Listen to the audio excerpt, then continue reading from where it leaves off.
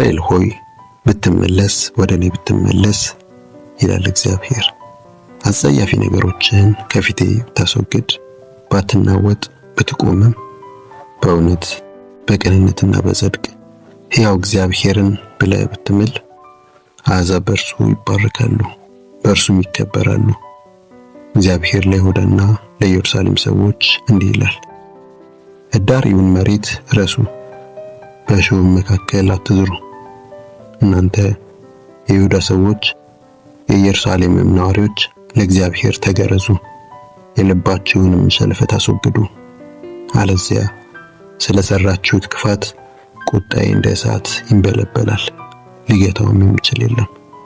ጥፋት ከሰሜን መምጣቱ በምድሪቱ ሁሉ መለከትን ንፉ ብላችሁ በይሁዳ ተናገሩ፣ በኢየሩሳሌም አውጁ፣ ጩኹ፣ እንዲህም በሉ፣ በአንድነት ተሰብሰቡ፣ ወደ ተመሸጉት ከተሞች እንሸሽ፣ ወደ ጽዮን ለመግባት ሰንደቅ ዓላማ አንሱ፣ ቶሎ ሸሽታችሁ አምልጡ።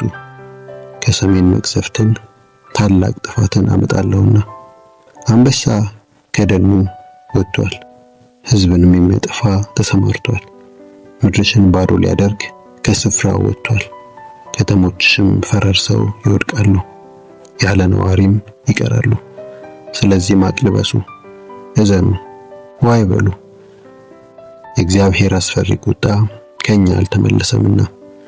በዚያ ቀን ይላል እግዚአብሔር፣ ንጉሡና ሹማምንቱ ወኔ ይከዳቸዋል፣ ካህናቱ ድንጋጤ ይውጣቸዋል፣ ነቢያቱም ብርክ ይይዛቸዋል።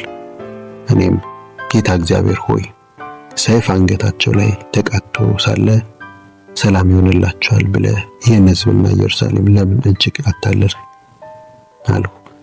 በዚያን ጊዜ ለዚህ ሕዝብና ለኢየሩሳሌም እንዲህ ተብሎ ይነገራል፣ ለማበጠር ወይም ለማጥራት ሳይሆን ከዚያ የበረታ የሚጠብስ ደረቅ ነፋስ በምድረ በዳ ካሉት ባድማ ኮረብቶች ወደ ወገኔ ሴት ልጅ በእኔ ትእዛዝ ይነፍሳል።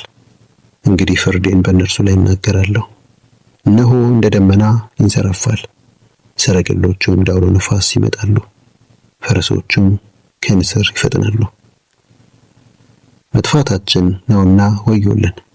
ኢየሩሳሌም ሆይ እንድትድኚ ከልብሽ ክፋት ታጠቢ።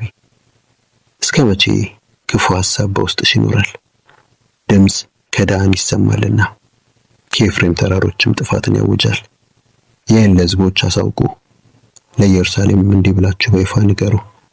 ከበው የሚያስጨንቁ ከሩቅ አገር ይመጣሉ፣ በይሁዳ ከተሞችም ላይ ይደነፋሉ። ሰብል እንደሚጠብቁ ሰዎች ይከቧታል፣ በእኔ ላይ አምጻለችና ይላል እግዚአብሔር። የገዛ መንገድሽና ተግባርሽ ይህን አምጥቶብሻል፣ ይህም ቅጣትሽ ነው። ምንኛ ይመራል!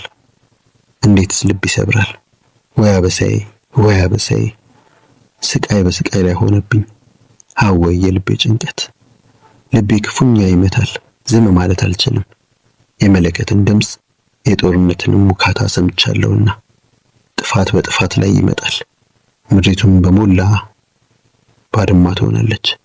ድንኳኔ በድንገት መጠለያዬም በቅጽበት ጠፋ። እስከ መቼ የጦርነት አርማ እመለከታለሁ? እስከ መቼስ የመለከት ድምፅ እሰማለሁ? ሕዝቤ ተላሎች ናቸው፣ እኔን አያውቁኝም። ማስተዋል የጎደላቸው መረዳትም የማይችሉ ልጆች ናቸው። ክፋትን ለማድረግ ጥበበኞች፣ መልካም መስራት ግን የማያውቁ። ምድርን ተመለከትኩ፣ እነሆ ቅርጽ የለሽና ባዶ ነበረች። ሰማያትንም አየሁ፣ ብርሃናቸው ጠፍቷል። ተራሮችን ተመለከትኩ፣ እነሆ ይንቀጠቀጡ ነበር። ኮረብቶችም ሁሉ ተናጡ። አየሁ፣ ሰው አልነበረም። የሰማይ ወፎች ሁሉ በረው ጠፍተዋል። ተመለከትኩ፣ እነሆም ፍሬያማው ምድር በረሃ ሆነ። ከተሞቹ ሁሉ በእግዚአብሔር ፊት ከብርቱ ቁጣ የተነሳ ፈራረሱ።